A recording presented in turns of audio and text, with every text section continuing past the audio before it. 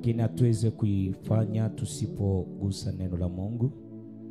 Na leo tunaenda kujifunza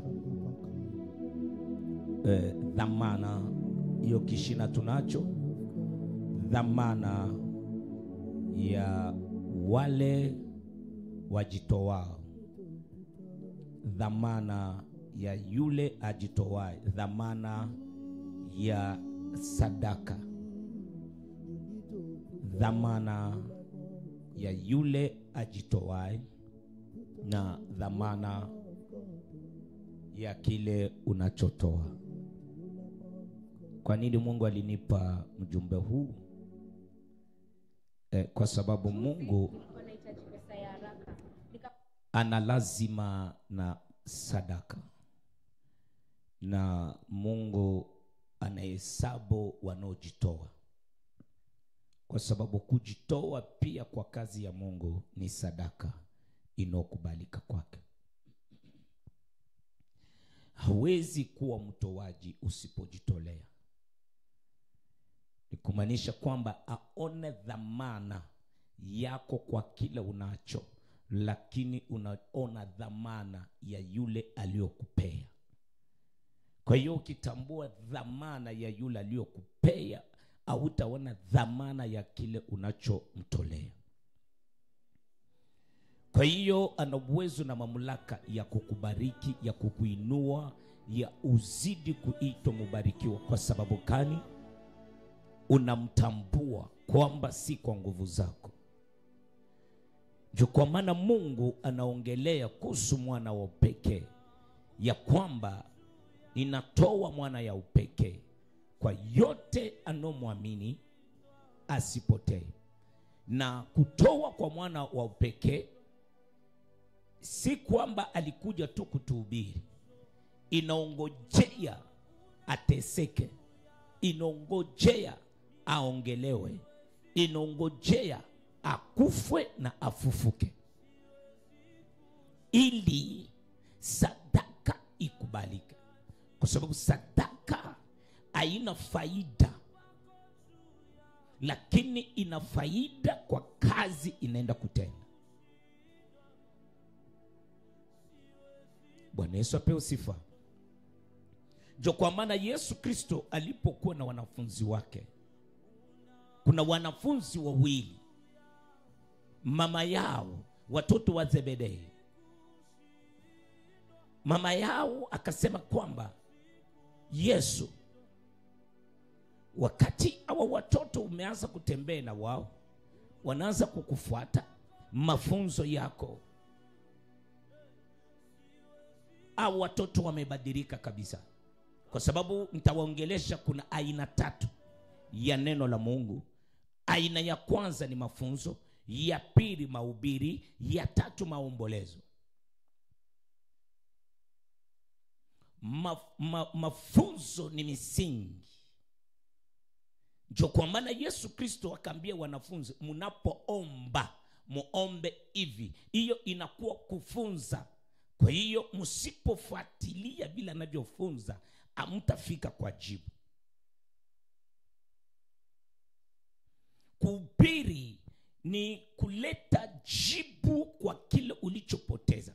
Kile ulichopoteza ni imani, kitumaini. Lakini mahubiri inapokuja yanakupa kitumaini, yanainua tena imani. Kuomboleza ni kukucha moyo.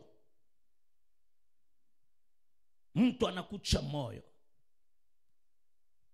Lakini ninafurahia sana kuhusu mafunzo. Na watoto walibadilika. Wakati walibadilika, inatakiwa mama aseme hapana, inatakiwa hawa watoto. Unaposema kwamba utaenda kwa baba yako, usiende peke yako, enda na hao watoto. Mmoja ika kwa kushoto yako, mwingine kulia. Mimi sina shida na wewe tena, sina shida na wao. Nimeshakutolea, enda na wao. Lakini ilikuwa jambo ngumu sana, kwa sababu hawakujua kwamba kuna mapito ambao Yesu atapitia ili neno la Mungu litimilika. Jina la Bwana lipewe sifa. Hawakujua kwamba kuna mapito. Kwa nini mmetoa imiziki? Kuna mapito ambayo inatakiwa Yesu apitie ili sadaka ikubalika. Bwana Yesu apewe sifa. Msomi atusome kitabu cha Mathayo 20:17.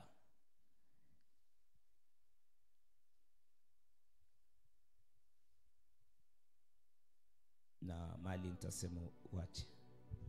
Tusimame wote kwa miguu.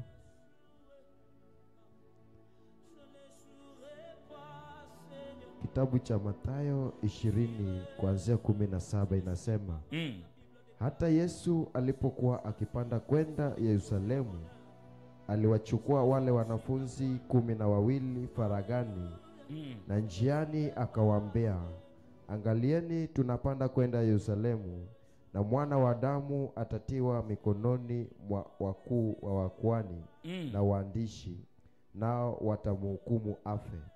Kisha watampeleka kwa mataifa wapate kumdhihaki na kumpiga mijeledi na kumsulubisha, na siku ya tatu atafufuka.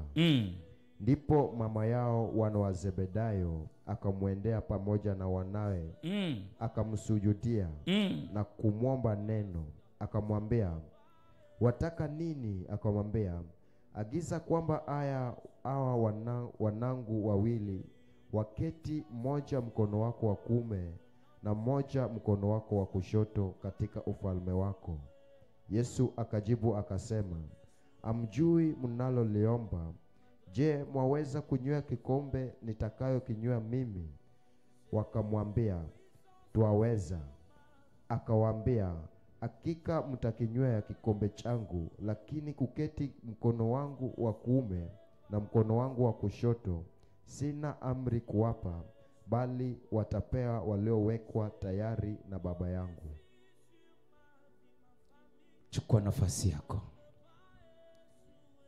Ninafurahi sana miandiko hii, kwa sababu Yesu Kristo alijibu tu vizuri hiyo swali ambayo mama aliyomuuliza. Na Yesu akasema ya kwamba nimekubali vile unavyosema, lakini kuna mapito. Kuna kikombe ambacho nitapitia. Kabisa, hata kikombe wanaweza kukubali. Lakini kile mnachoomba, kuna wale ambao wameshachaguliwa. Ni kumaanisha kwamba kwa kiti cha enzi, si mama anaweza kukuchaguliwa, si baba anaweza kukuchagulia, si ndugu, si mtu yoyote. Inatakiwa Mungu peke yake ako amekuchagua. Ni kumaanisha Mungu anachagua kabla uko kwa tumbo la mama. Ameshakuchagua kwamba wewe ni mtumishi wake. Amen. Ameshakuchagua kwamba wewe ni zamana kwa watu wengine. Amen. Ameshakuchagua kwamba wewe ni msaada kwa watu wengine. Amen. Ameshakuchagua kwamba wewe utakuwa mtumishi wa Mungu. Mungu ameshakupanga. Amen. Hata kama kuna maisha ulipitia, lakini yeye ameshakupanga. Amen. Jina la Bwana lipewe sifa. Amen. Mzazi anaweza kukupangia vile anavyotaka, lakini si mapenzi ya Mungu. Tamani sana uishi mapenzi ya Mungu. Amen. Lakini aliyokuwa anaongea alikuwa ni sadaka ambayo Mungu alionyesha mfano ya kwamba ninamtoa. Inatakiwa ukuwa mtoaji, ndipo sadaka unayotoa inakubalika na Mungu. Amen. Amen. Amen. Inatakiwa ukuwa mtoaji, ndipo sadaka yako inakubalika na Mungu. Usipokuwa mtoaji, unaweza kufuatilisha watu, lakini hautakubali kana Mungu. Amen. Usipokuwa mtoaji unaweza kutoa ile ambaye si kamili na upoteze maisha yako, kwa sababu Anania na Sapila walienda kufuata watoaji. Watoaji walikuja, wanaona mitume wamekaa, kila mtu anatoa vyake, anasema si vyangu, ninatoa kwa ajili ya watu, kwa sababu walikuwa watoaji.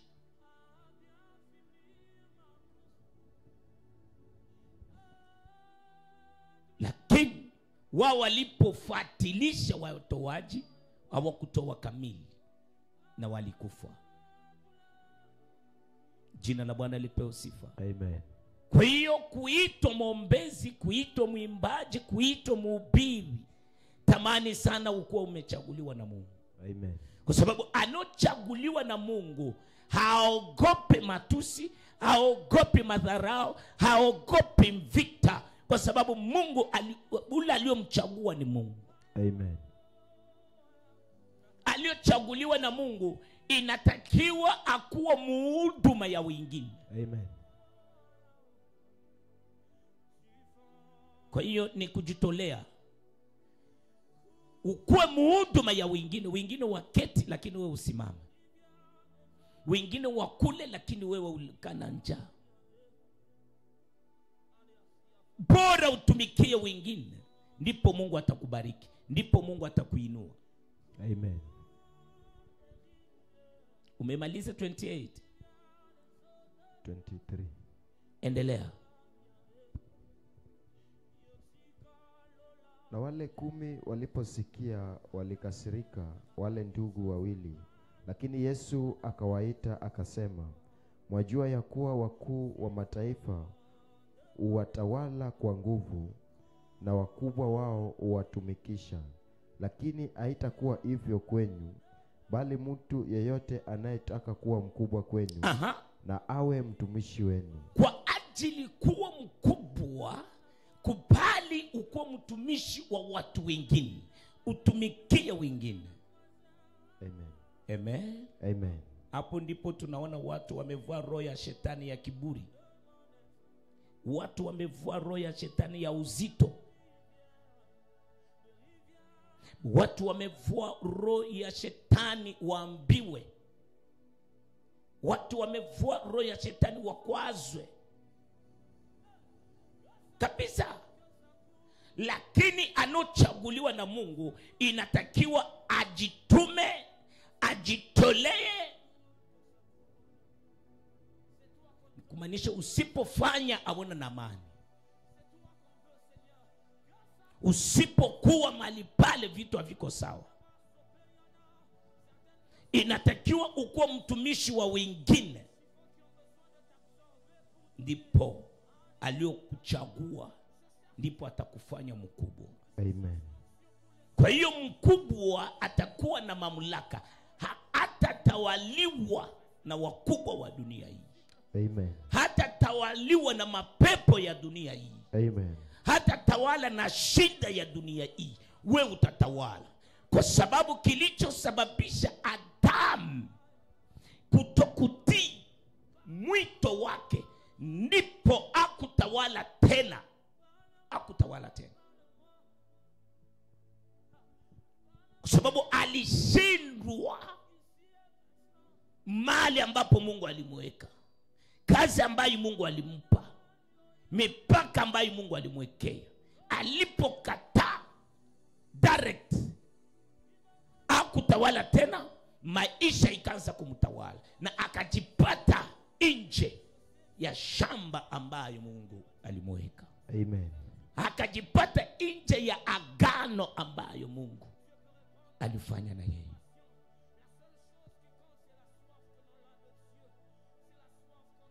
Bali ukuwa mhuduma, ukuwa mtumishi wa wengine.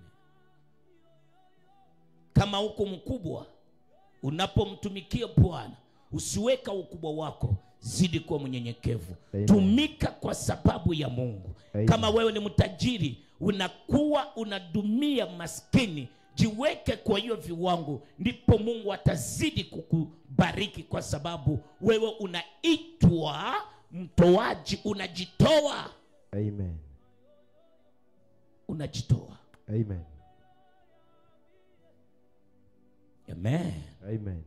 Simama kwa pengo, ombea watu wengine. Jitowe, jinime kula, jinime usingizi, omba kwa watu wengine. Amen. Na Mungu atakubariki. Amen.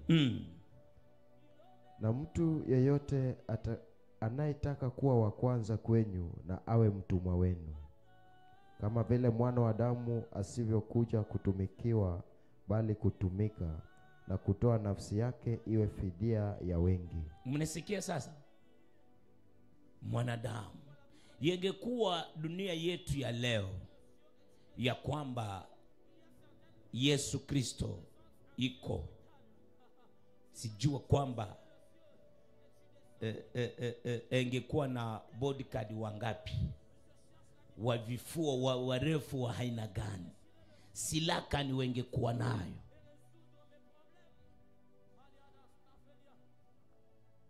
Kwa sababu watu utamani sana kudumiwa. Wewe unataka wakudumie, lakini hautaka kudumia wengine. Ukitaka kuwa number 1 kwa miujiza, ukitaka kuwa number 1 kwa baraka, inatakiwa ukuwe mhuduma ya watu wengine. Amen. Ukitaka mafanikio. Ndio kwa maana mafunzo ni ya maana sana. Amen.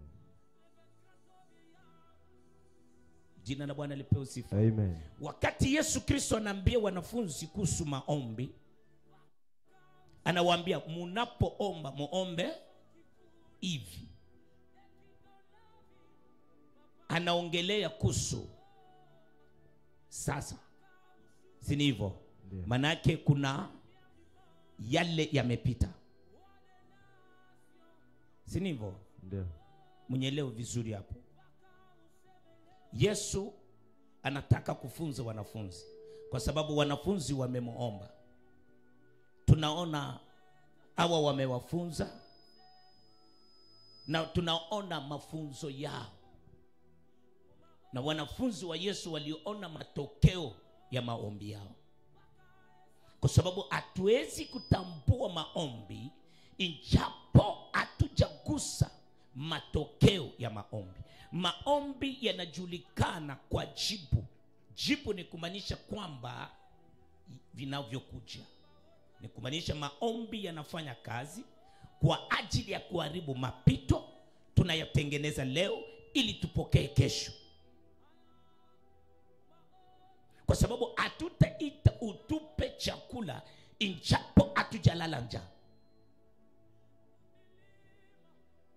Bwana Yesu apewe sifa. Amen. Hatujalala njaa, hatuna na mapito ambayo tumepitia, ndipo tutaomba. Tunapoomba tunaomba hivi, ni kazi, ni misingi, ni kanuni, ni sharti ambayo umewekewa. Unapoomba uombe hivi.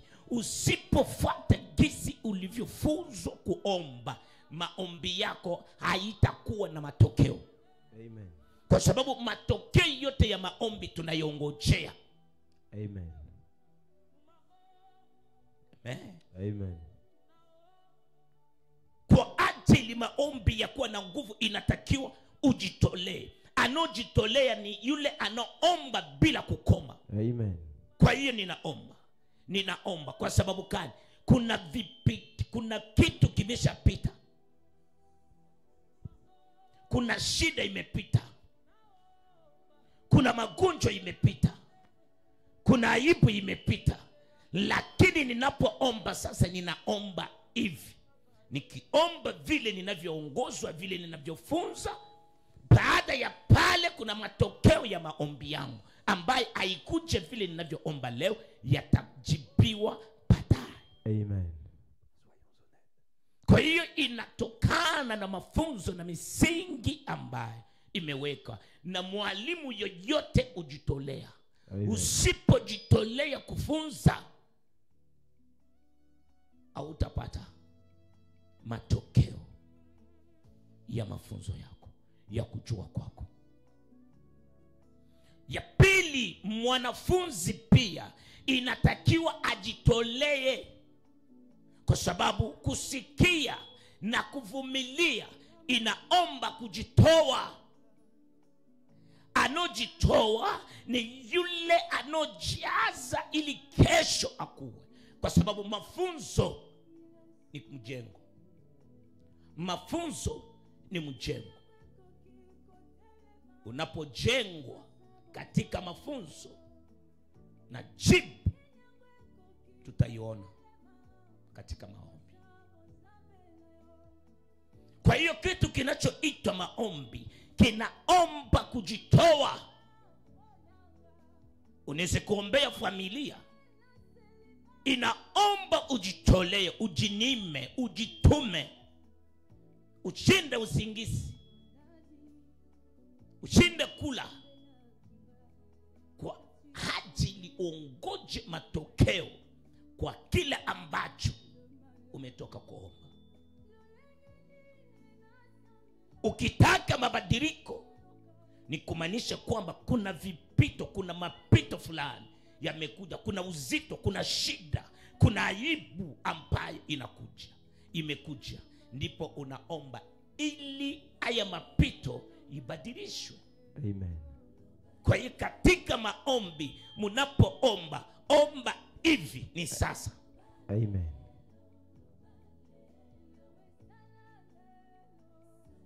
Mnapoomba ni kuna kujitayarisha, kwa sababu mnapoomba muombe hivi, kuna kujitayarisha ili kuomba. Maombi inatayarishwa. Amen. Ili ya kuwa na nguvu, usitawaliwe, kwa sababu wakuu wa dunia hii kazi yao ni kututawala. Wakristo ni kazi yao kututawala. Wakristo tumetawaliwa. Ukiona Mkristo mapepo bado inamfuata, umetawaliwa, uko kanisani. Lakini ukiomba direct, pepo inatoka, kwa sababu tokeo ya ombi yako ni wakati vilivyokuikalia, vilivyokuingia kabla uombe, vinatoka, unaopata jibu. Amen. Alipo uliokuwa nayo baada ya kuomba, utukufu wa Mungu unakukujia. Amen.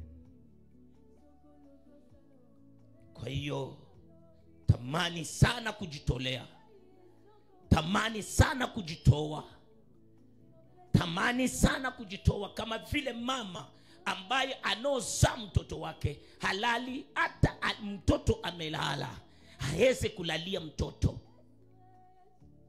Manake hata anapinduka, anajua kwamba kuna mtoto. Kwa sababu gani? Anajituma ili mtoto akue. Wakati anapomnyonyesha, anamulisha, kila anachompa ananyonya, kila anachomulisha anaweka misingi, anajenga ili kesho akue. Ni sawa sawa na maombi. Maombi leo unaweka misingi, kesho unakuja unajenga kona, kesho kutu unaweka, kesho kutu unaweka, kesho kutu unaweka, kesho kutu unaweka, na nyumba yako itasimama. Watu watatambua maombi yako wakati wanaona na macho. Amen. Kwa maana mitume wakamuuliza Yesu, tumeona Yohana Mbatizaji amefunza wanafunzi wao walikuwa na matokeo kulingana maombi yao. Tumeona Mafarisayo walikuwa wamefunza wanafunzi wao, wanaona wanapoomba wanapata matokeo yao. Wao hawaombi, hawaona matokeo. Baada ya kuomba, baada ya kuwafunza kuomba, ndipo Yesu Kristo akawatuma. Amen. Na alipowatuma si kwa ajili ya kuomba, kwa sababu ameshawafunza kuomba.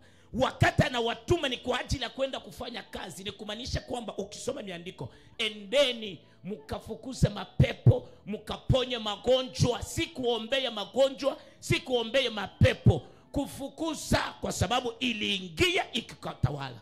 Magonjwa iliingia ikaanza kukuumiza. Amen. Kwa hiyo baada ya kuomba kwako kuna matokeo ya maombi. Amen. Nipemene vizuri. Amen. Kwa hiyo unapoomba sirini, baada ya kuingia mo action, inatakiwa watu waone matokeo ya maombi ambayo ulikuwa unajenga ni kazi uliokuwa unafanya. Amen. Ni matoleo ulikuwa unajitoa kwa jambo fulani ambayo iliyotokea. Munapoomba muomba hivi, na baada ya kuomba kuna jibu. Jibu sisi tunaye: kukemea mapepo, kuponya magonjwa. Amen. Amen. Na Yesu anapowaambia kuhusu maombi, na anawaambia maombi, muombe ili msikuje kuanguka kwa jaribu. Ni kumaanisha maombi uleta protection. Amen. Kwa hiyo protection ni kumaanisha kwamba kuna kingo unayojenga, unajenga. Lakini kama unafika mbele ya obstacle, unatumia mamlaka. Amen. Ili usitawaliwe. Amen. Na maroho na wafara. Amen. Ukiona roho fulani imekutawala, imekuikalia, ni kumaanisha kwamba haujajenga maombi. Amen. Ukishaomba maombi una mamlaka, una authority. Amen. Wewe ni kuongea tu, kwa sababu unaombaka, unajengaka siri. Lakini kwa ajili ya kuweza, maombi yanaomba sacrifice. Amen. Wakati watu wanalala unajitolea. Ndipo pana shida kujitoa. Amen. Kujitoa ndipo Amen. pana shida. Kwa ajili kupokea nguvu za Roho Mtakatifu ni wakati unajitoa. Amen. Kwa sababu unajenga ukuta. Unajenga ukuta. Obstacle inapokuja unatumia authority. Amen. Usome miandiko vizuri ya? Yesu anasema nini? Hawezi kukanyanga nyoka injapo hauna misingi. Hawezi. Daniel alikuwa anaomba. Daudi hakuomba. Samson hakuomba. Lakini Daudi alipambana na simba, akararua kinywa chake, wakakombana.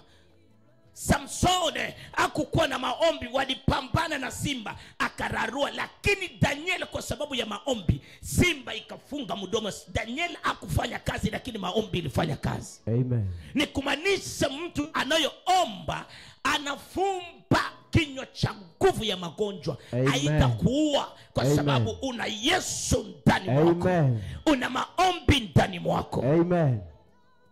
Utafunga kinywa cha umaskini. Amen.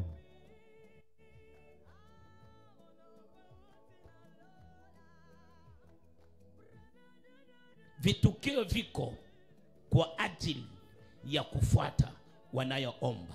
Majaribu yako kwa kufuata wanayoomba. Wakati yanakuja unafanya nini? Daniel hakuogopa. Daniel hakukimbia. Daniel hakubadilisha imani yake. Alikubali, kama ni kunitupa munitupe. Alipoingia kwa shimo, Daniel hakuomba kwa sababu alikuwa naomba sirini. Amen. Sasa inatakiwa watu waone dhamana ya maombi ambayo Daniel alikuwa anaomba sirini, vile alivyokuwa anaomba protection. Amen. Na simba haikumfanya chochote. Amen. Kwa hiyo unapokuwa unajitoa, ndipo chochote unachotoa kitakubalika na Mungu. Amen. Amen. Amen. Kitakubalika na Mungu.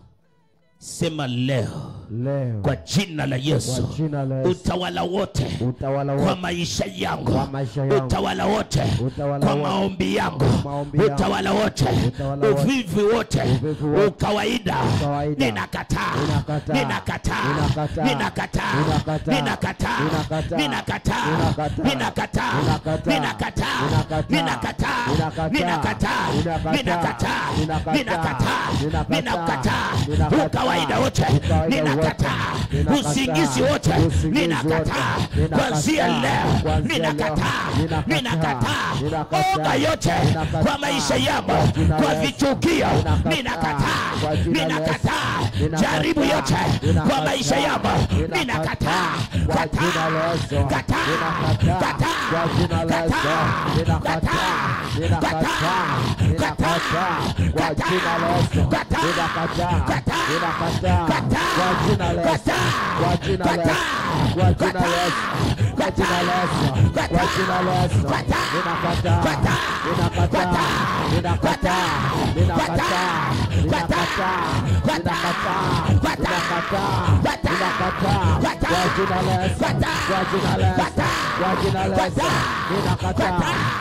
magonjwa yote aibu yote kwa jina la Yesu. Amen. Usiogopi, lakini jua kwamba maombi unayoomba sirini, kuna kitu unajenga. Amen. Kuna nyumba unajenga. Amen. Kuna ukuta unajenga. Amen. Kuna protection unaweka. Amen. Wakati wanakuja, wewe unatumia mamlaka. Amen. Kwa sababu watapambana na madhabahu ambayo umejenga kwa njia ya kujitolea. Amen. Usiku na mchana uko kwa madhabahu. Usiku na mchana uko kwa madhabahu. Kuna kitu unachojenga. Wakati wanapokuja, wanapambana na maombi yako. Wanapambana na madhabahu ya Mungu, na watakugusa kilicho chako, wataachilia. Amen.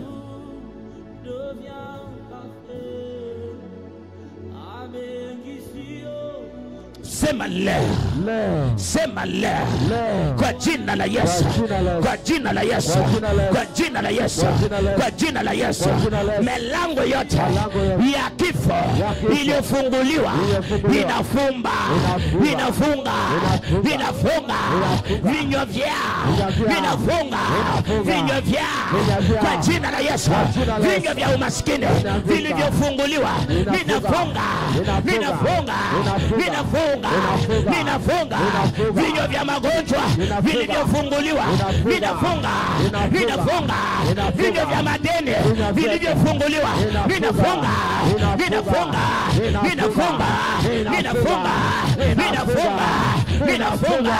kwa jina la Yesu. Maombi ya Danieli ikasababisha vinywa vya simba vifumbe, kwa sababu Danieli akuomba tena, aliomba sirini. Amen.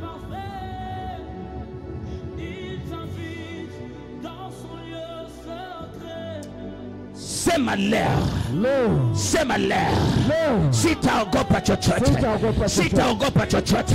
Kuanzia leo ninaomba, nitaomba, ninaomba, nitaomba, ninaomba, nitaomba, ninaomba, nitaomba, ninaendelea kuomba, sitakoma, sitakoma. Jibu ya maombi yako inakuja, inakuja, inakuja, inakuja, inakuja kwa jina la Yesu. Amen. Asante. Tuingie pati nyingine. Sikiliza Petro, sikiliza Petro. Kuna watu katika maisha yetu ni vizuizi vya sadaka. Kuna watu ni vizuizi katika maisha yetu, wanazuilia kujitolea kwako. Inatakiwa uongee. Acha nikuambia mpendwa, yoyote anaongelewa kwa madharau, kwa kusingizia, kwa shida yoyote, jua kwamba wanamtazama. Hawezi kukutazama ijapo hauna kitu. Amen. Hawezi kukuongelea ijapo hauna kitu. Amen.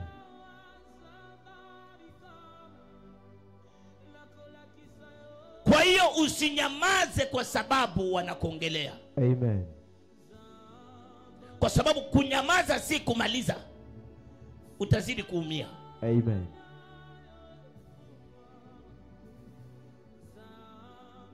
Shetani alipofuata Yesu Kristo katika maombi, alimtazama, ndipo alimfuata. Au kumfuata bure, alimtazama akamchunguza maombi, siku ya kwanza, siku ya pili, siku ya tatu, siku ya 4, lakini Yesu alijitolea ili atimize siku 40.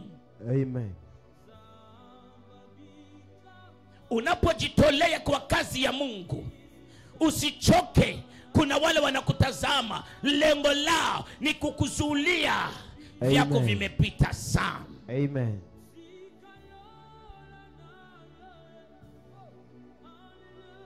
Lakini usichoke, kwa sababu maombi unayoomba, kujitolea unakojitolea, kuna matokeo ambayo wao wataona, kuna jibu ambayo wataona. Amen. Kuwa mtu wa kuongelewa. Usipofanya kitu watu hawezi kuongea. Amen. Kwa hiyo kubali sana uongelewe. Usipoongelewa ujua kwamba uko empty.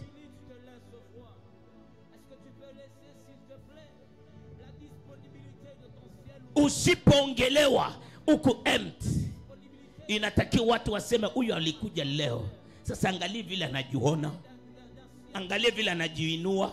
Ni kumaanisha kuna kitu umefanya ambacho wao wamechunguza. Amen. Amen. Inatakiwa uchunguzwe na watu. Amen. Inatakiwa uchunguzwe na maroho, wakujue kile ulicho. Amen. Hata marafiki ambayo mko nao karibu, hata wale mnafanya nao kazi, inatakiwa waongee, kwa sababu uko tofauti. Lakini acha nikuambie, usifuate ushabiki. Kuna watu wanaweza kusogelea karibu, wanakuonesha upendo, lakini ni vizuizi vya kujitolea kwako. Amen. Amen. Usione pole ya kila mtu ya kwamba itasababisha Mungu atende. Pole ya watu wengine itazuilia kusudi la Mungu. Amen. Anokupa pole anaweza kuwa kizuizi. Amen. Kwa nini wewe unapitia hayo? Kwa nini wewe unaona hiyo? Kwa sababu ulichaguliwa, ulitumwa. Inatakiwa ukubali mateso. Amen. Kwa sababu ni sadaka unayotoa. Amen.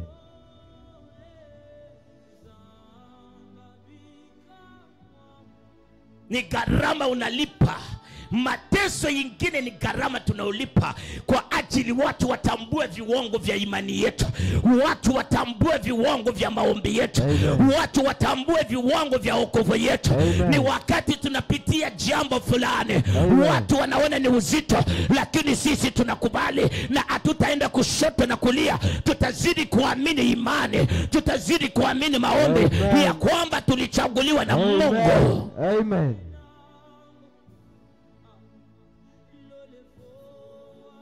Mathayo 16:21.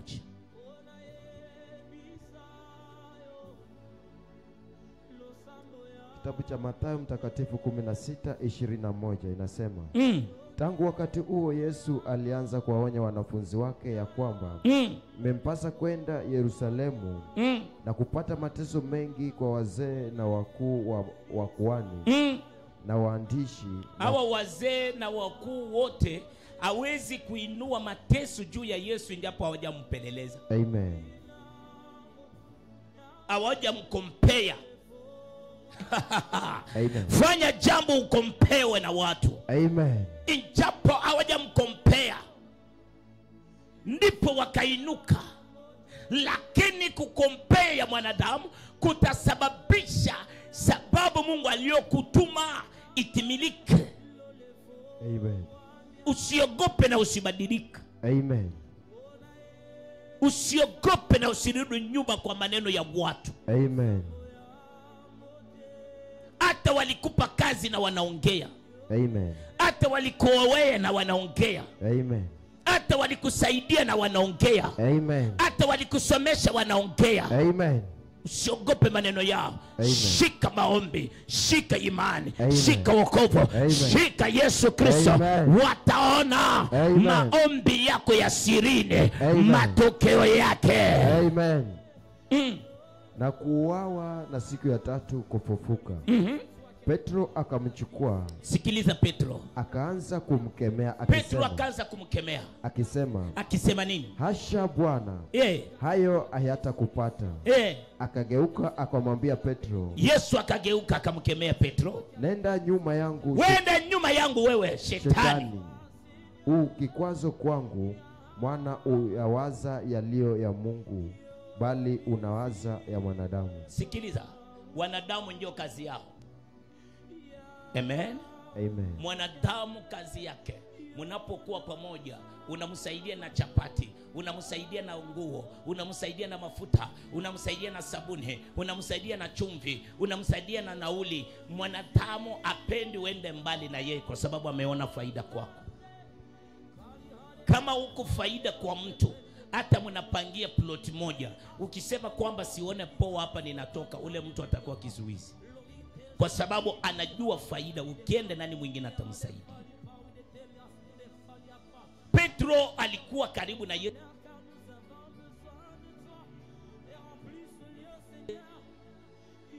Petro hajawahi kuonjeka.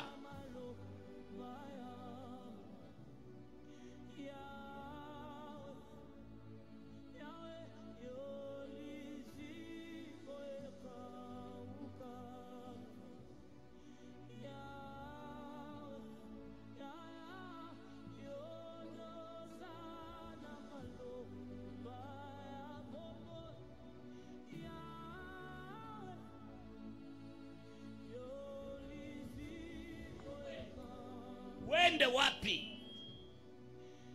Petro akamkemea. Biblia inasema kwamba Petro akamkemea, lakini Yesu Kristo akasema hapana, si Petro, ni shetani. Kwa sababu kani yeye anaongea vitu vya dunia, vitu vya mwanadamu, hajue lugha ya Mungu.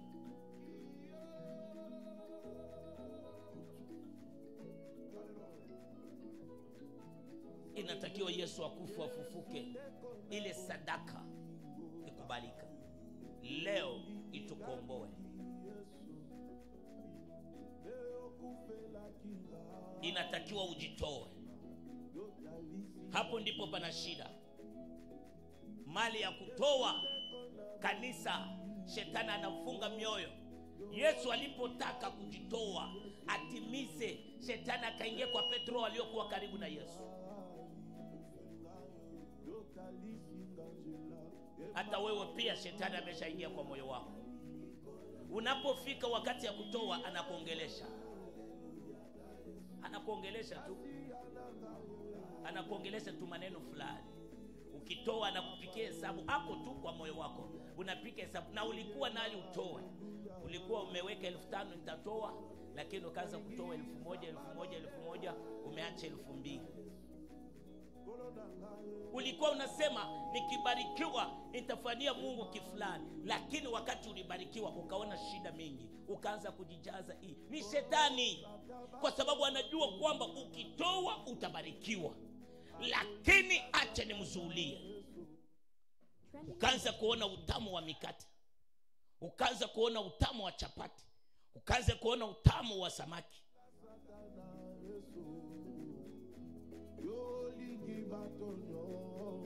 Amen. Ndio kwa maana kilicholeta ugomvi Lot na Ibrahim. Ugomvi ulikuwa kwa sababu gani? Ibrahimu anatoa ovyo, Lot atoi.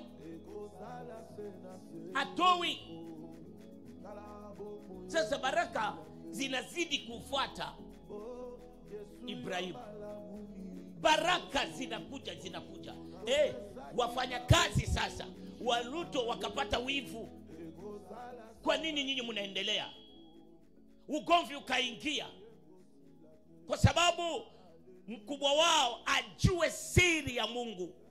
Ukitaka kufanikiwa watoto wao, jiconnect na Mungu, kuwa mwaminifu kwa Mungu.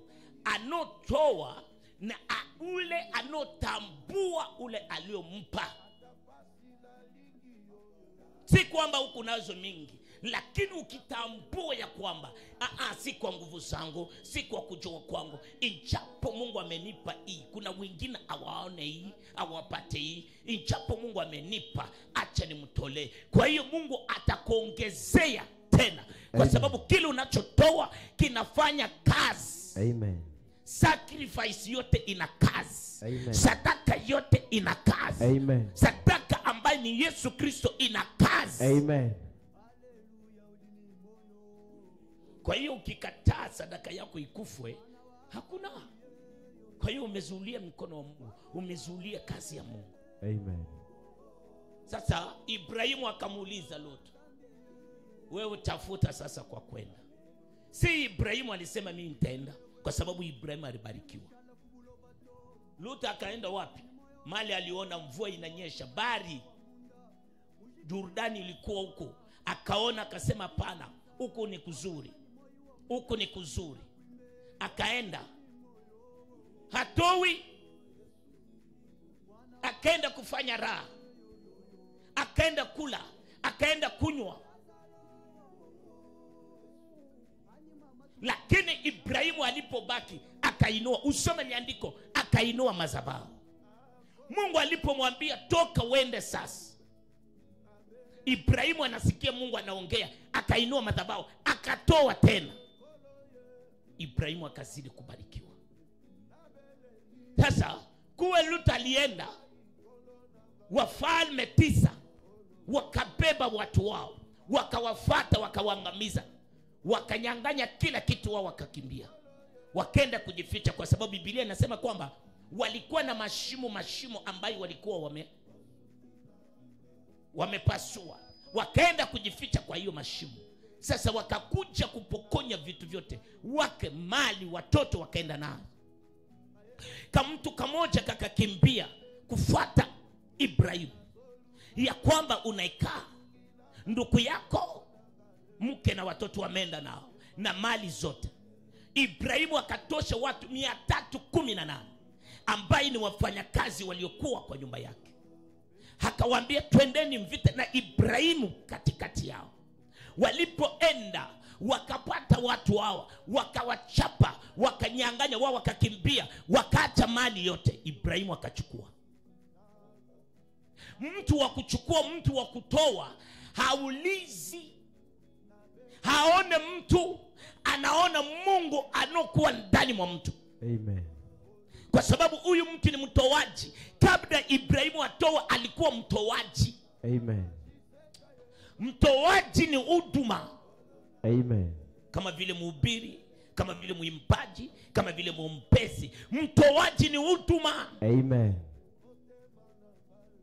Kwa hiyo ukikuwa na gharama ya kutoa, hautakufa maskini. Amen. Watoto wako hawatakuwa maskini. Amen.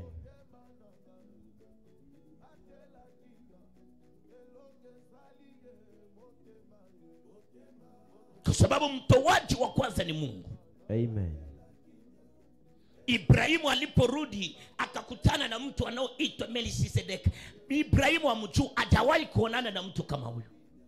Lakini neema iliyokuwa ndani mwake ikamhakikishia kwamba huyu ni mtumishi wa Mungu. Mtu ana baba, mtu ana mama, hana mwanzo, ana mwisho, ana ndugu, hana kizazi chochote. Na Ibrahimu akasema kwamba wewe uende. Jambo la kwanza akamubariki. Alipombariki, Ibrahimu akatoa 10% ya mali yote aliyokuwa nayo, yote aliyopokonya huku, yote 10 akatoa. Kabla kutoa hata moja akampa. Hajui kama utenda kufanya nini, uende. Leo ukipata milioni 10, hawezi kutoa milioni 1 utoa. Hapana, unaanza kupika hesabu. Shetani amekuingilia. Lakini sikia, unabii ulionenwa juu ya Ibrahimu ni kumaanisha kwamba kabla kuomba ama kufanya jambo, kuna vitukio vilivyopita. Ibrahimu vitukio vilivyopita ni nini? Mungu alimwahidi kwa ajili hadi itimilike inatakiwa akuwa mtoaji. Amen. Afanya tendo vile Mungu alivyoongea. Ibrahimu akapokea watu hawajui watatu kwa sababu alikuwa mtoaji. Na watu waliopokea Isaka ako ndani mwa mtu. Amen. Isaka ako kwa kinywa cha mtu. Amen. Alipokula kashiba, ndio akaanza kuachilia Isaka kwa nyumba. Mwaka kesho wakati kama nikirudi, ule mtu hajarudi. Siku moja nitawafunza kuhusu hiyo. Alisema nikirudi. Kwa hiyo ule mtu bado hajarudi. Kwa njia nyingine Isaka ni Yesu Kristo. Hajarudi.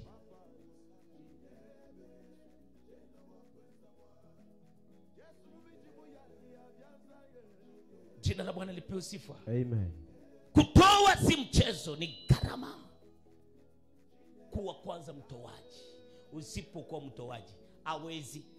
Inatakiwa tutafute wahubiri wa uongo wakuje wakutolea unabii, wakwambie maneno mazuri, njoo unakuja kutoa. Amen. Lakini usikue hivyo. Toa peke yako. Amen. Anokuwa na gharama ya utoaji ambiwi. Anaona tu asipotenda amekosa amani, anakuwa mtumwa wa wengine. Amen. Wengine wanakula wanashiba, yako wewe ndio unanunua viketi. Wengine wanabadilisha nguo, wewe unanunua stima. Amen. Wengine wanafanya wanaenda kuona familia yao, wewe unanunua speaker. Amen. Wengine wanajenga, wewe unamjengea Bwana kwa sababu uko na gharama. Amen. Ya utoaji. Amen. Kwa hiyo unatumikia wengine wanaojisifu kanisa letu ambaye hawafanya chochote lakini wanajivunia kwako wewe. Amen. Kwa hiyo wewe utabarikiwa na hautakuwa mwisho, ndio utakuwa wa kwanza. Amen. Chochote unachofanya kinaendelea. Amen. Jina la Bwana lipewe sifa. Amen. Kwa njia ya kutoa ukaona Tabita akaamka. Tabita akaamka. Lut bila kukuwa natoa mwisho wake, kwa sababu Ibrahimu aliwarudishia vitu vyao. Na wafalme wale wakamfuata. Chukua pesa, chukua mali, utuzie hao watu ambaye wa nguvu walienda watu 318. Utuzie hao watu, si tukupa pesa. Ibrahimu akasema mimi siwezi kuuza watu. Siwezi kuuza watu. Bwana Yesu apewe sifa. Amen. Mwisho wa Lut ni nini? Kwa sababu hakuna kingo, mkakabadilika kuwa jiwe ya chumvi. Watoto wakamlewesha na pombe. Watoto wakalaniwa. Sasa Ibrahimu akazaa Isaka, Isaka akazaa Yakobo, Yakobo akazaa watoto 12 ambayo ni misingi tunayo kabila ya Israeli. Sasa Ruth historia yake. Kwa hiyo unapotoa ni misingi, ni nyumba unaojenga kuhusu uzao wako. Amen. Unapoomba ni misingi unayoweka kuhusu uzao wako. Amen. Unapojituma kumtumikia Bwana ni misingi unayoweka juu ya uzao wako. Amen. Misingi yako iko wapi? Amen. Mungu amekuchagua kama nani? Si wingi wanaojiita, si wingi wanaojichagua, lakini tamani uko umechaguliwa na Mungu. Amen. Anochaguliwa na Mungu ndiye ataweka kushoto. Amen. Ama kulia. Amen. Tabita alikuwa anatoa, alikuwa anapea.